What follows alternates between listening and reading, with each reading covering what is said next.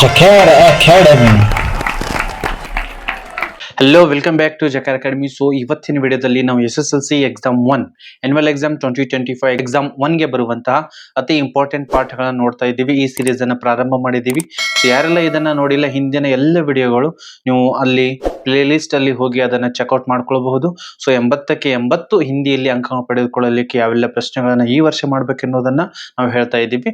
So ಯಾರಿಗೆ ಅತಿ important ಪ್ರಶ್ನೆಗಳು ಈಗಾಗಲೇ ನಾವು ಅಪ್ಲೋಡ್ ಮಾಡಿದ್ದೀವಿ, ಯಾವೆಲ್ಲ ಇಂಪಾರ್ಟೆಂಟ್ ಪ್ರಶ್ನೆಗಳು ಇಡೀ ಗದ್ಯ ಹಾಗೂ ಪದ್ಯ ಭಾಗದ ಯಾವೆಲ್ಲ ಪ್ರಶ್ನೆಗಳನ್ನು ಕೇಳ್ತಾರೆ ಎನ್ನುವಂಥದ್ದನ್ನ ಅದನ್ನು ಕೂಡ ಚೆಕ್ಔಟ್ ಮಾಡ್ಕೊಳ್ಬಹುದು. ಸೊ ಇವತ್ತಿನ ವಿಡಿಯೋದಲ್ಲಿ ತುಳಸಿ ಕೆ ದೋಹೆ ಸರಳವಾಗಿ ಭಾವಾರ್ಥವನ್ನ ಹೇಗೆ ಬರೆಯುವುದು ಎನ್ನುವುದರ ಬಗ್ಗೆ ಈ ಒಂದು ವಿಡಿಯೋದಲ್ಲಿ ನಾವು ನೋಡೋರಿದ್ದೇವೆ. ಯಾಕಂದ್ರೆ 3 ಅಂಕಗಳು ನಮಗೆ ಕ್ವಶನ್ ನಂಬರ್ 32 ಅಲ್ಲಿ ಬಂದೇ ಬರ್ತವೆ. ಅದೇನಿರುತ್ತೆ, ದೋಹೆ ಕಾ ಭಾವಾರ್ಥ ಲಿಖಿ ಎನ್ನುವಂಥದ್ದು. ಮಕ್ಕಳೇ, ತಮ್ಗೆಲ್ಲರಿಗೂ ಗೊತ್ತು, ಸುಮಾರು ಜನ ವಿದ್ಯಾರ್ಥಿಗಳು ಬಹಳಷ್ಟು ಟಫ್ ಆಗಿ ತಿಳ್ಕೊಂಡಿದ್ದಾರೆ, ಪುಸ್ತಕದಲ್ಲಿ ಬಹಳಷ್ಟು ಲೆಂದಿ ಆಗಿ ಕೊಟ್ಟಿದ್ದಾರೆ. ಆದ್ರೂ ಇವತ್ತಿನ ವಿಡಿಯೋದಲ್ಲಿ ನಾವು ಕೇವಲ ಪ್ರತಿಯೊಂದು ದೋಹೆಗೆ 2 ರಿಂದ 3 ಪಾಯಿಂಟ್ಗಳನ್ನ ಬರೆದರೂ ಸಹಿತ ನಮಗೆ 3 ಅಂಕಗಳು ಮಕ್ಕಳೇ ಲಭಿಸ್ತವೆ. ಸೊ ಅದನ್ನ ಯಾವ ತರ ಈಸಿಯಾಗಿ ಬರಿಬೇಕು, ಈಸಿ ಪಾಯಿಂಟ್ಸ್ ಗಳನ್ನ ಈ ಒಂದು ವಿಡಿಯೋದಲ್ಲಿ ನಾವು ಡಿಸ್ಕಷನ್ ಅನ್ನ ಮಾಡೋಣ. ಸೊ ಅದನ್ನು ಬರೆದರೂ ಸಹಿತ ನಿಮಗೆ ಅಂಕಗಳು ಸಿಗ್ತವೆ. ಇಲ್ಲಾಂದ್ರೆ ಪುಸ್ತಕದಲ್ಲಿ ಇರುವಂತಹ ಭಾವಾರ್ಥಗಳು ಬರೆದ್ರೂ ಕೂಡ ಸಿಗ್ತವೆ, ಆದ್ರೆ ಸ್ವಲ್ಪ ಲೆಂದಿ ಇದೆ, ಅಲ್ಲಿ ಸ್ವಲ್ಪ ದೊಡ್ಡದಾಗಿದ್ದಾವೆ.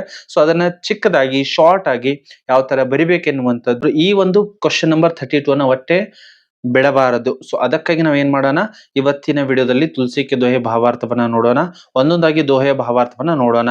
ಸೊ ಮುಖ್ಯವಾಗಿ ಇಲ್ಲಿ ಒಂದು ಏನ್ ಟ್ರಿಕ್ ಯೂಸ್ ಮಾಡ್ಬೇಕಂದ್ರೆ, ಹೋದ ವರ್ಷ ಯಾವ ದೋಹೆ ಕೇಳಿದ್ದಾರೆ ಅಂದ್ರೆ 2024 ಏಪ್ರಿಲ್ ಅಲ್ಲಿ, ಮಾರ್ಚ್ ಹಾಗೂ ಏಪ್ರಿಲ್ ಅಲ್ಲಿ ಆ ಒಂದು ಪರೀಕ್ಷೆಯಲ್ಲಿ ಯಾವ ದೋಹೆಯನ್ನ ಕೇಳಿದರೆ ಆ ಒಂದು ದೋಹೆಯನ್ನ ಬಿಟ್ಟು ಮಿಕ್ಕಿ ದೋಹೆಯನ್ನ ಮಾಡಬಹುದು. ಮೇ ಬಿ 2024 ಗೆ ದಯಾಧರ್ಮ ಕಾ ಮೂಲ ಆ ಒಂದು ದೋಹೆಯನ್ನ ಮೇ ಬಿ ಕೇಳಿದ್ರು ನನಗೆ ಅನ್ಸುತ್ತೆ.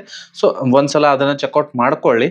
ಸೊ ಆ ಒಂದು ದೋಹೆಯನ್ನ ಬಿಟ್ಟು ಇಲ್ಲಿಗಂತೂ ನಾನು 5 ದೋಹೆಗಳನ್ನ ಹೇಳ್ತಾ ಇದ್ದೀನಿ. ಸೊ ಆದ್ರೆ ನೀವು ಪರೀಕ್ಷೆಗೆ ತಯಾರಿಯನ್ನು ಮಾಡುವಾಗ ಆ ಒಂದು ದೋಹೆಯನ್ನ ಬಿಟ್ಟು ಇನ್ನುಳಿದ 4 ದೋಹೆಗಳನ್ನ ಮಾಡ್ರಿ. ಅದರಲ್ಲಿ ಮುಖ್ಯವಾಗಿ ಮೊದಲನೇ ದೋಹೆ ಅಂತ ಹೊಟ್ಟೆ ಬಿಡಲಿಕ್ಕೆ ಹೋಗಬಾರದು. ಮುಖಿಯ ಮುಕ್ಸೋ ಚಾಹಿಯೆ ಖಾನ್ ಪಾನ್ ಕೋ ಏಕ್ ಹಾಗೂ 4ನೇ ಹಾಗೂ 5ನೇ ದೋಹೆಗಳು ಮೇ ಬಿ ಈ ವರ್ಷ ಮ್ಯಾಕ್ಸಿಮಮ್ ಆಗಿ ಬರುವಂತ ಚಾನ್ಸಸ್ ಗಳಿದಾವೆ ಮಕ್ಕಳೇ. ಸೊ ಬನ್ನಿ ಅದನ್ನ ಯಾವ ತರ ಈಸಿಯಾಗಿ ನಾವು ಅದನ್ನ ಸಾಲ್ವ್ ಮಾಡಬಹುದು, ಈಸಿಯಾಗಿ ಅದನ್ನ ಯಾವ ತರ ಬರಿಬಹುದು ಅನ್ನೋದನ್ನ ಈ ಒಂದು ವಿಡಿಯೋದಲ್ಲಿ ಡಿಸ್ಕಷನ್ ಮಾಡೋಣ. ಸೊ आज का हमारा पाठ है पाठ 7 तुलसी के दोहे. सो तुलसी के दोहे का हमारा जो पहला दोहा है, ಮೊದಲನೇ ದೋಹೆ ಯಾವುದಿದೆ ಮಕ್ಕಳೇ, ಮುಖಿಯ ಮುಕ್ಸೋ ಚಾಹಿಯೆ ಖಾನ್ ಪಾನ್ ಕೋ ಏಕ್ ಪಾಲೈ ಪೋಸೈ ಸಕಲ ಅಂಗ ತುಳಸಿ ಸಹಿತ ವಿವೇಕ್.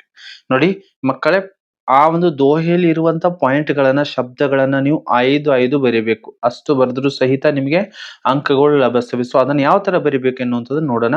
ಸೊ ಮೊಟ್ಟ ಮೊದಲನೇದಾಗಿ ಪ್ರತಿಯೊಂದು ದೋಹೆಯ ಭಾವಾರ್ಥವನ್ನ ಬರಿಬೇಕಂದ್ರೆ, ಪ್ರಸ್ತುತ ದೋಹೆ ಮೇ ತುಳಸಿದಾಸ್ ಜಿ ಕಹತೆ ಹೇ ಕಿ ಎನ್ನುವಂಥದ್ದು ಈ ಒಂದು ವಾಕ್ಯದಿಂದನೇ ನೀವೇನ್ ಮಾಡಿ ಪ್ರಾರಂಭ ಮಾಡಿ, ಅಥವಾ ತುಳಸಿದಾಸ್ ಜಿ ಕೆ ಅನುಸಾರ ಎನ್ನುವಂಥದ್ದನ್ನ ಏನ್ ಮಾಡ್ಬೇಕು, ಪ್ರಾರಂಭ ಮಾಡ್ಬೇಕು ಮಕ್ಕಳೇ. ಸೊ ಇಷ್ಟು ನೆನಪಿಟ್ಕೊಳ್ಳಿ, ಪ್ರತಿಯೊಂದು ದೋಹೆ ಭಾವಾರ್ಥ ಬರೋಕ್ಕಿಂತ ಮುಂಚೆ ಇದನ್ನ ಪ್ರಾರಂಭ ಮಾಡಬೇಕು. ಸೊ ಈ ಒಂದು ದೋಹೆ ಭಾವಾರ್ಥ ಈಸಿಯಾಗಿ 3 ಪಾಯಿಂಟ್ಗಳನ್ನ ಕೊಟ್ಟಿದ್ದೀನಿ. ಮುಖಿಯ ಮುಕ್ಸೋ ಚಾಹಿಯೆ ಖಾನ್ ಪಾನ್ ಕೋ ಏಕ್ ಪಾಲೈ ಪೋಸೈ ಸಕಲಾಂಗ ತುಳಸಿ ಸಹಿತ ವಿವೇಕ್. ಸೊ ಇಲ್ಲಿ ಮಕ್ಕಳೇ, ಇಲ್ಲಿ ಒಂದು ಮುಖ್ಯ ಚಿತ್ರ, ಯಾಕಂದ್ರೆ ನಾ ಇಮೇಜಸ್ ಗಳನ್ನ ಎದಕ್ಕೆ ಕೊಟ್ಟಿದ್ದೀನಿ ಅಂದ್ರೆ, ಆ ಇಮೇಜ್ ಗಳು ನೋಡಿದ್ರೆ ಸಾಕು ನಿಮಗೆ ಪರೀಕ್ಷೆಯಲ್ಲಿ ಏನಾಗ್ಬೇಕು, ಅದು ರೀಕ್ಯಾಪ್ ಆಗ್ಬೇಕು. ಸೊ ಈ ದೋಹೆ, ಈ ಒಂದು ಚಿತ್ರ ನೋಡಿದೀನಿ, ಈ ತರ ಆಗಿರ್ತದೆ ಅಂತ ಹೇಳಿ. ಸೊ ಮೊದಲನೇದಾಗಿ ಅದನ್ನ ದೋಹೆ ಕಾ ಭಾವಾರ್ಥ, ಇಲ್ಲಿ ಮುಖ್ಯ ಇದ್ದಾನೆ, ಮುಖ್ಯ ಆ ಕಡೆ ನೋಡ್ತಾ ಇದ್ದಾನೆ, ಈ ಕಡೆ ನೋಡ್ತಾ ಇದ್ದಾನೆ.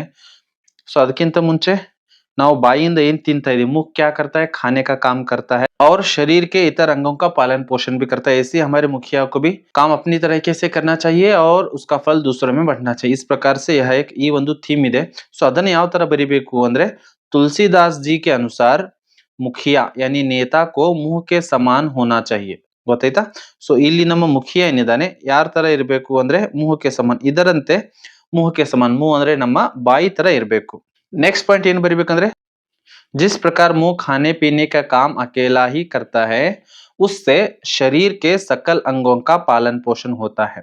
ಸೊ ಮಕ್ಕಳು ಇಲ್ಲಿ ನೀವು ನೋಡಬಹುದು, ನಮ್ಮ ಬಾಯಿ ಏನ್ ತಿನ್ನತ್ತೆ ಅದರ ಪ್ರಭಾವ ಎಲ್ಲಿ ಆಗತ್ತೆ, ನಮ್ಮ ಶರೀರದ ಪೋಷಣೆಗಾಗಿ ಆ ಒಂದು ಆಹಾರ ನಮ್ಮ ಬಾಯಿ ಏನಾಗತ್ತೆ, ಯೂಸ್ ಆಗತ್ತೆ.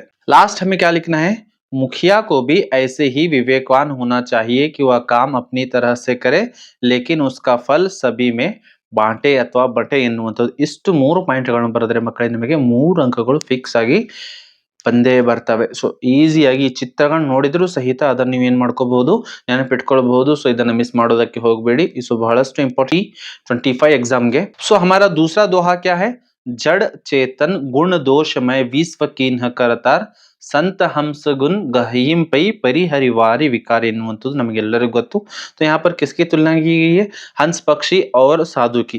ಸೊ ಇಲ್ಲಿ ಎರಡು ಚಿತ್ರಗಳನ್ನು ನೋಡಬಹುದು. ಹಂಸ ಪಕ್ಷಿ ಇದೆ ಹಾಗೂ ಇಲ್ಲಿ ಒಬ್ಬ ಸಾಧು ತರ ಮನುಷ್ಯ ಇದ್ದಾನೆ. ಎರಡು ಚಿತ್ರಗಳನ್ನು ಇಲ್ಲಿ ನೀವು ಫಿಕ್ಸ್ ಆಗಿ ನೆನಪಿಟ್ಕೊಳ್ಬೇಕು. सो इसका हम भावार्थ किस प्रकार से लिखेंगे? तुलसीदास जी के अनुसार भगवान ने इस संसार को जड़ चेतन और गुण दोष से मिलाकर बनाया है. ಇಷ್ಟು ಈಸಿಯಾಗಿ ಸಿಂಪಲ್ ಆಗಿ ವಾಕ್ಯ ಇದ್ರೆ ಸಾಕು. लेकिन मनुष्य को हंस की तरह पानी रूपी विकारों को छोड़कर दूध रूपी अच्छे गुणों को अपनाना चाहिए. ಸೊ ಇಷ್ಟು ಬರೆದ್ರೆ ಮಕ್ಕಳೇ ಕೇವಲ ಎರಡು ಪಾಯಿಂಟ್ಗಳಿದಾವೆ. ಕೇವಲ ಎರಡು ಪಾಯಿಂಟ್ಗಳು ಹೇಳ್ತಾ ಇದ್ದೀನಿ. ಇಷ್ಟು ಬರೆದ್ರೂ ಸಹಿತ ಮಕ್ಕಳೇ ನಿಮಗೆ 3 ಅಂಕಗಳು ಲಭಿಸ್ತವೆ. ಸೊ ಇದನ್ನು ಮಿಸ್ ಮಾಡೋದಕ್ಕೆ ಹೋಗ್ಬೇಡಿ. ಸೊ ಬನ್ನಿ ಮುಂದಿನ ದೋಹೆಯತ್ತ ನಾವು ಸಾಗೋಣ. हमारा तीसरा दोहा कौन सा है? दया धर्म का मूल है, पाप मूल अभिमान, तुलसी दया न छांडिए जबलक घट में प्राण. ಮೇ ಬಿ ಇದು 2024ಗೆ ಕೇಳಿದ್ರು. ಒಂದ್ಸಲ ನೀವು ಅದನ್ನ ಚೆಕ್ ಮಾಡ್ಕೊಳ್ಳಿ. ಆದ್ರೂ ಸಹಿತ ಅದನ್ನ ಯಾವ ತರ ಈಸಿಯಾಗಿ ಬರೆಯೋದು ಅನ್ನೋದನ್ನ ನಾವು ಇಲ್ಲಿ ನೋಡ್ತಾ ಹೋಗೋಣ. दया और धर्म का और अहंकार का और पाप का यहाँ पर क्या किया गया है? तुलना की गई है. तुलसीदास जी कहते हैं कि दया धर्म का मूल है और पाप मूल अभिमान है. ಸೊ ಇಲ್ಲಿ ಚಿತ್ರದಲ್ಲಿ ನೋಡುವಂತೆ ಎಲ್ಲರೂ ದಯೆಯಿಂದ ಎಲ್ಲ ಜಾತಿ ಧರ್ಮದವರು ಕೂಡ ಕೂಡಿಕೊಂಡು ಬಾಳ್ತಾ ಇದ್ದಾರೆ.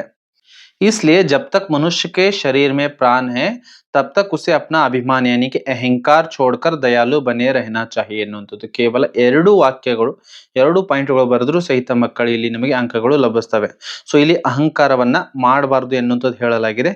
ಸೊ ಯಾವಾಗಿಂತನ ನಮ್ಮ ಶರೀರದಲ್ಲಿ ಪ್ರಾಣ ಇರ್ತದೆ ಯಾವಾಗಿಂತನ ನಾವು ದಯಾಲು ಬನೆ ರಹನಾ ಚಾಹಿಯೆ. ಸೊ ಇಷ್ಟು 2 ಪಾಯಿಂಟ್ಗಳನ್ನು ಬರೆದರೆ ಮಕ್ಕಳಿಗೆ ನಿಮಗೆ 3 ಅಂಕಗಳು ಡೆಫಿನೆಟ್ ಆಗಿ ಸಿಗ್ತವೆ. ಎಸ್ ನೆಕ್ಸ್ಟ್ ನಮ್ಮ ಮುಂದಿನ ದೋಹೆ ಯಾವುದೇ? ತುಳಸಿ ಸಾತಿ ವಿಪತ್ತಿ ಕೆ ವಿದ್ಯಾ ವಿನಯ ವಿವೇಕ್ ಸಾಹಸ ಸುಕೃತಿ ಸುಸತ್ಯವೃತ್ ರಾಮ ಭರೋಸೆ ಏಕೆನ್ನುವಂತ ದೋಹೆ. ಸೊ ಮ್ಯಾಕ್ಸಿಮಮ್ ಆಗಿ ಈ ವರ್ಷ ಇದನ್ನು ಕೇಳುವಂತ ಚಾನ್ಸಸ್ ಗಳು ಇದಾವೆ. तो हमें इसका भावार्थ बहुत ही सरल रूप से इस प्रकार से लिखेंगे. तुलसीदास जी के अनुसार जब मनुष्य पर विपत्ति पड़ती है तब विद्या विनय और विवेक ही उसका साथ निभाते हैं. जो राम पर भरोसा करता है यानी कि भगवान पर भरोसा करता है वह साहसी सत्यवृत्ति और सुकृतवान बनता है.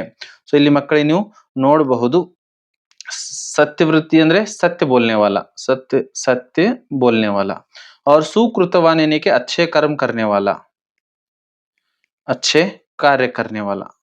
ಸೊ सुकृतवान ಬರೀಲಿಲ್ಲ ಅಂದ್ರೂ ಸಹಿತ अच्छे कार्य करने वाला मनुष्य कैसा बनता है? जो राम पर भरोसा करता है वह साहसी बनता है, सत्यवान बनता है और अच्छे कार्य करने वाला बनता है. सुकृतवान बರೆಯೋದಕ್ಕೆ ನಿಮಗೆ ಡಿಫಿಕಲ್ಟಿ ಅನಿಸ್ತಿತ್ತು ಅಂದ್ರೆ अच्छे कार्य करने वाला या फिर अच्छे काम करने वाला ಇದನ್ನು ಬರೆದ್ರೂ ಸಹಿತ ನಿಮಗೆ ಅಂಕಗಳು ಲಭಿಸ್ತವೆ. हमारा अंतिम दोहा है राम नाम मन दीप धरु जी हदहरी दौर ತುಳಸಿ ಭೀತರ ಬಾಹಿರೋ ಜೋ ಚಾಹಸಿ ಉಜಿಯಾರ್ ಎನ್ನುವಂಥದ್ದು. ಸೊ ಇಲ್ಲಿ ನಮಗೆ ಯಾವ ಚಿತ್ರ ನೆನಪಿಟ್ಕೋಬೇಕು? यहाँ पर देहरी पर एक दिया रखा हुआ है जिस तरह यहाँ पर आपको चित्र में दिख रहा है. इससे क्या होता है? घर के अंदर भी और बाहर भी. इस चित्र के अंदर आप देख सकते हैं घर के अंदर मने ಒಳಗಡೆ ಹಾಗೂ ಹೊರಗಡೆ ಏನಾಗ್ತಾ ಇದೆ? ಪ್ರಕಾಶ ಬರ್ತಾ ಇದೆ.